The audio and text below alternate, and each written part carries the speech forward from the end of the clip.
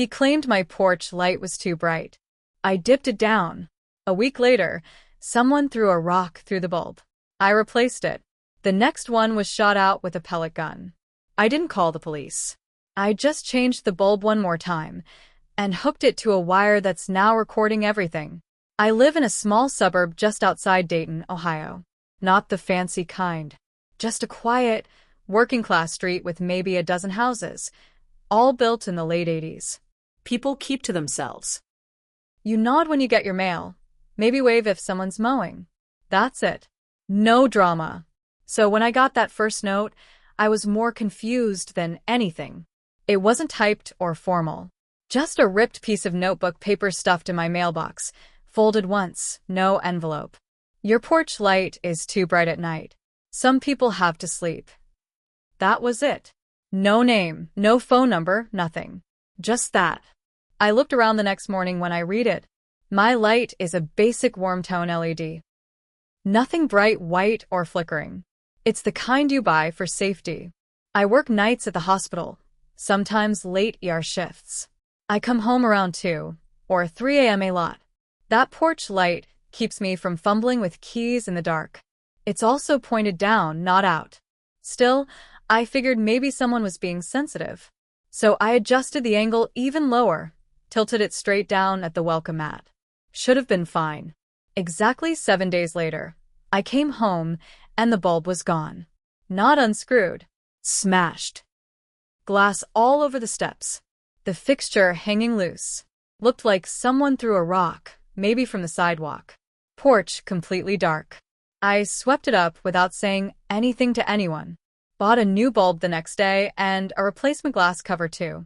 Didn't mention it to the neighbors. Didn't want to start drama. But 3 nights after that, it happened again. Only this time, the bulb wasn't shattered the same way. There was a perfect hole in the middle of the glass. Like a tiny bullet went through it. I knew right away it was a pellet gun. It had to be someone nearby. These houses are close together. You don't shoot something that precise from a distance unless you know the exact angle. I checked around the lawn for a pellet, but I didn't find one. Just the cracked bulb. Now I was pissed. Still didn't call the cops. I've seen how that plays out. File a report, they nod and leave, and nothing ever happens. I knew they wouldn't do much over a porch light. And if the person doing it was someone on the street, things would just get messy if they knew I called them. So instead, I went to Lowe's. Picked up another bulb.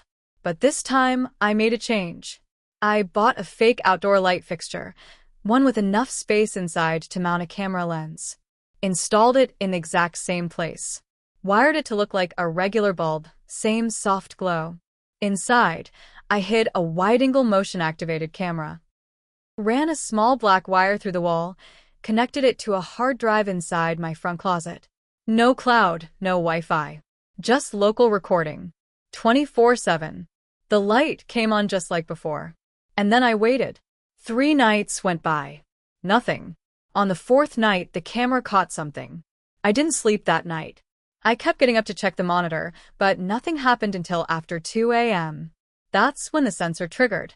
The camera didn't record audio, just motion. But the image was clear. It was my neighbor. The one across the street, 3 houses down. He's in his late 50s, retired, lives alone. We'd never spoken much. I only knew his name because he'd introduced himself once when I moved in 2 years ago. Doug. In the footage, he walks across his own lawn, cuts through the side yard of the empty house next door, and crouches near my driveway. He's wearing a dark hoodie. His face is visible for maybe 3 seconds when he looks up toward the light. Then he pulls something out of his pocket. It's small and metal. He raises it, aims, then the screen cuts white. He shot the bulb again. That was all the proof I needed. I didn't go to him the next morning. I didn't knock on his door, or yell, or demand anything. Instead, I went back to the hardware store. Bought 2 more fake light fixtures. Installed one over my garage, and one at the back of the house. All with hidden cameras inside. That weekend, I made copies of the footage and saved it on 3 separate flash drives. One I hid in my car, one in a drawer at work, one in my freezer under the bag of peas. I wasn't being paranoid. I was being prepared, because something told me this wasn't about the light.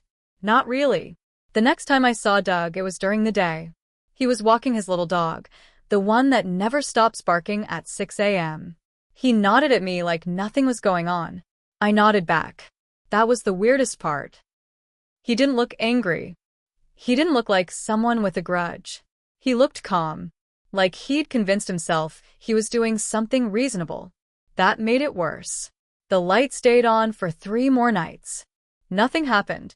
Then, on a Monday morning, I found something new in the mailbox. Last warning. Turn it off. Some people don't need cameras pointed at them all day. Now I knew for sure he'd seen it. Or, at least knew. The lights weren't even aimed at his house. They were motion-triggered and angled to watch the front steps and driveway. Nothing beyond that. He was either guessing or watching me closely enough to figure out I'd changed something. I didn't respond. That night, he slashed my back tires. I didn't even notice the slashed tires until I was halfway out the door for my shift. Rear passenger side was flat as a pancake. Other side, too. No note this time. Just 2 tires ruined in silence. I had the footage. It wasn't even subtle. 2:46 a.m., the same man, Doug, comes up from the side of my house. Same hoodie, same gloves. He kneels next to the car, does something quick with his hand, then walks off. The camera got the whole thing. I took screenshots. Close-ups of his face, the knife, the timestamp. I didn't send them to the cops. Not yet. Instead, I made copies and slid them into 3 envelopes. One I put in his mailbox. No return address. Just a printout of him slashing my tires, clear as day. One I mailed to the HOA with a typed note that said, "This man is vandalizing property in your neighborhood. You are now aware." And one I hand-delivered to a neighbor who lives across from him, an older woman named Martha. She's always friendly, always watering her lawn. I told her he'd been messing with my property. Didn't say too much. Just enough to make her raise her eyebrows. Word spreads fast on a street like mine. By the end of that week, I saw him less. No walks. No barking dog at dawn. He stayed inside. The porch light stayed on.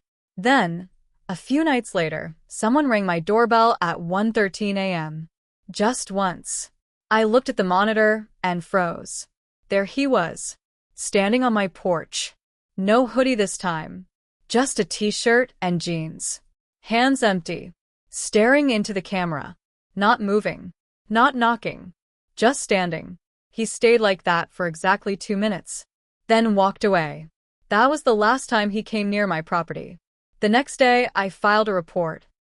Not because I expected them to arrest him, but because I wanted it on record. I showed the footage.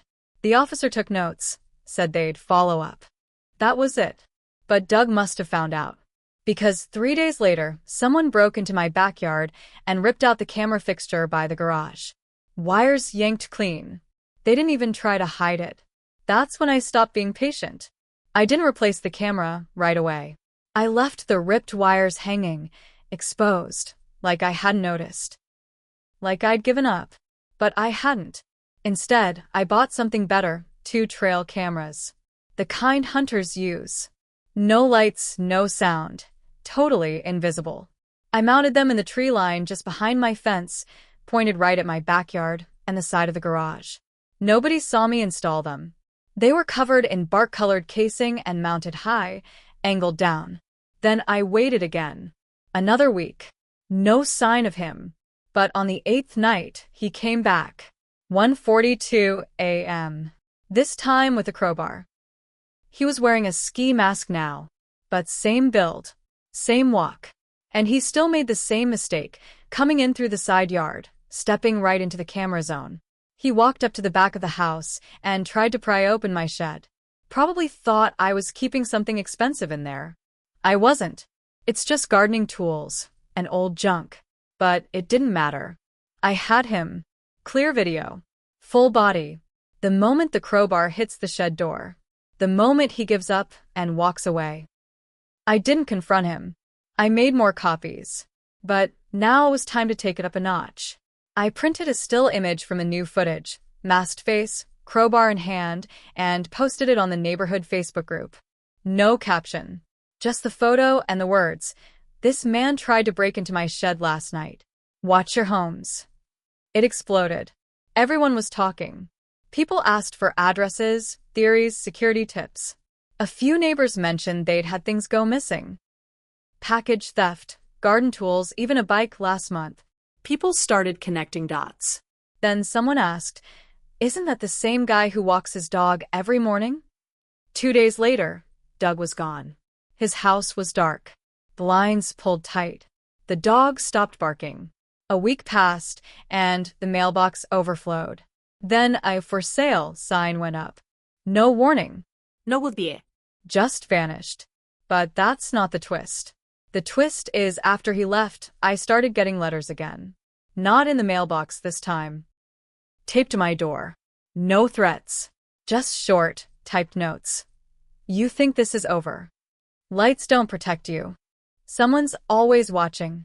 I brought the first one to the police. They shrugged. No cameras caught anyone that time.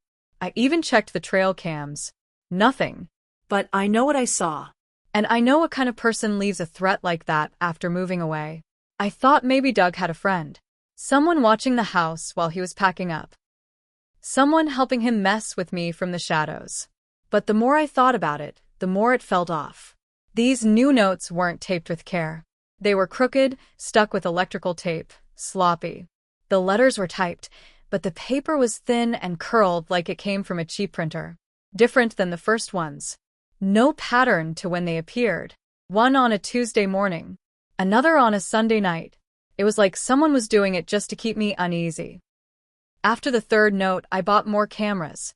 One hidden in a birdhouse on my porch. Another under the eaves by the door.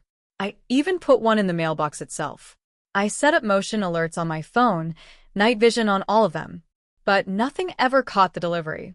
Whoever it was, they were smart, too fast, or too careful. Then something weird happened. I got home from work one night, and the light bulb on the porch, the fake one, the one with the camera inside, was turned off. Not shattered. Not shot. Just twisted slightly loose, so the filament wasn't making contact. Like someone wanted me to think it had burned out, or maybe just wanted to test if I'd notice. I pulled the footage. No one touched it. No one came near it, which meant someone had gotten close enough to twist it without setting off the motion sensor. That night, I didn't sleep. The next day, I went down into the crawl space under my house. It's dusty, low, full of cobwebs. I hadn't been under there in over a year. I found something I didn't expect. An empty food wrapper. A torn corner of what looked like a hoodie. And a tiny, black object in the dirt that looked like a camera battery. My heart dropped. Because that wasn't mine. It wasn't just Doug. And it wasn't just revenge anymore. Someone had been under my house. I still keep the porch light on every night. Not because it makes me feel safe, but because I need to know if someone touches it. Some nights, I catch myself staring at it too long, waiting for it to flicker, like it's trying to tell me something. People think the worst part is over when someone moves away. But Doug leaving wasn't the end. It was the start of something I can't explain. And now, every creak in the floorboards, every quiet thump outside at night, it makes me wonder if I really stopped him, or just made room for someone worse.